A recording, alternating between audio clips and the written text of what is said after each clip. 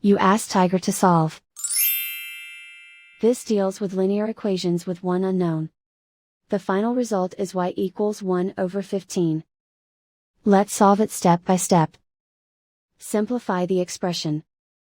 Simplify the arithmetic.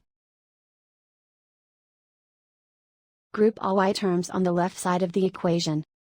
Add 4y to both sides. Simplify the arithmetic. Group like terms. Simplify the arithmetic. Isolate the y. Divide both sides by 15. Simplify the fraction.